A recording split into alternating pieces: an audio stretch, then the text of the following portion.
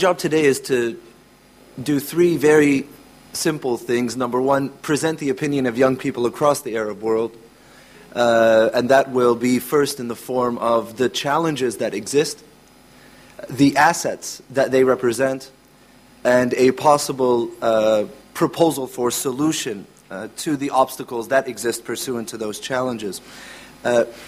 One of the difficulties with promoting policy change as it relates to the employment of young people, the development of private enterprise, etc., is we don't, for the most part, search for the opinions of young people as it relates to these challenges. And that exists probably in two categories. Number one, the assessment of the challenges that exist. And number two, assessing the strategies and interventions that need to be built in order to bring about tangible solutions that address the obstacles that we are finding in our research. So first, let me speak to some data that offers the proposition that the Arab world sees its young people as assets, as a part of the solution, not a part of the problem that exists for the region as a whole. The Gallup research that is done pursuant to its relationship with Celatec, which I will speak to a little bit later, finds that 90% of young people, and here we're speaking about people that are between the ages of 18 to 29, 90% of respondents say they are ready to work if they are offered a job. I'm ready to go. You just got to offer me an opportunity to become integrated into the economy of my nation. The majority of the national samples, so this is not young people, this is all of society as a whole, believe that young men and women are important assets to their country. In fact, they feel that women are as much an asset to their society as the men are. So there is a perception in the West that the Arab world sees young men as the ones that are going to be able to bring about the change, but that in fact is not true. Young women are seen to be as important in bringing about that change as young men. Young people believe that the economic situation, or changing the realities of the economic situation within their countries, can be found within their countries and not brought in by external agents or external governments. So this means that young people across the Arab world see the solution to the challenges that exist within their nations in their nations. There isn't a sense of looking to the other to bring about a regime of solutions or a bag of tools that will bring about the change that is necessary. Finally, there is a perceived value in skills development, as Nader was speaking to, and training. So 90% of young Arabs across the region say they need more training to help them get a job. So what are some of the challenges that exist to their reality on a daily basis? 80% of young people across the Arab world say that you need a wasta to get a good job. So immediately there is a perception that I got to know somebody who's going to be able to put me in a position. I already see nodding heads over there. It's going to put me in a position for me to be a catalyst for positive change in the economic development of my society, and I cannot do that unless I have a job. 80% of young people across the Arab world believe that corruption is widespread in the private sector, and it is a bit less than 80% in the Gulf Arab states. Most young people believe that bureaucracy and the availability of capital, bureaucracy, red tape, how long it takes you to start a business, how long it takes you to be a part of a vibrant enterprise, and the availability of capital are the two major obstacles to creating a new business. Skills training, skills development is seen as too expensive, even in the Gulf states.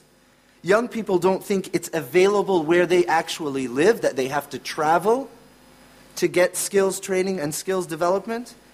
And they don't believe that they are appropriately qualified to enter a skills training or skills development regime. So there is a perception that I, as a young person in the Arab world, I have to know enough to go get trained to know more.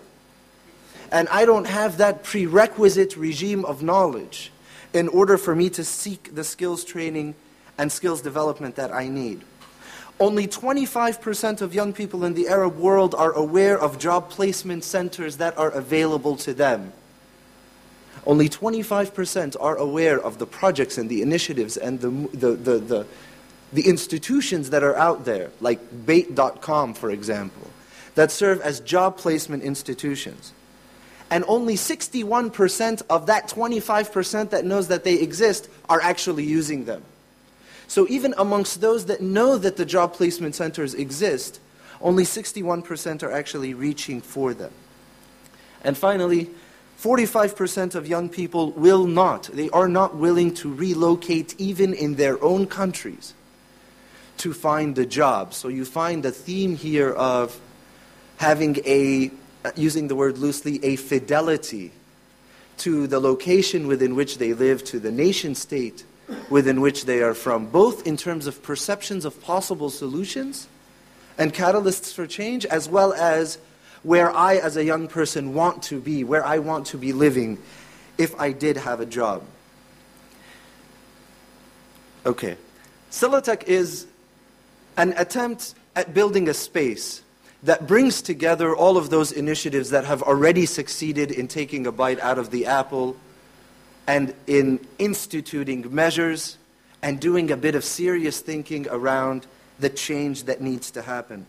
Silatech is formed in 3 pillars. The first is mindset, attempting to probe the paradigm of young people in the Arab world as to their perception of the obstacles that exist, the assets that are available, the possible catalysts for removing those obstacles for their full economic integration. So what is the assessment of the young person as to his or her reality in the region?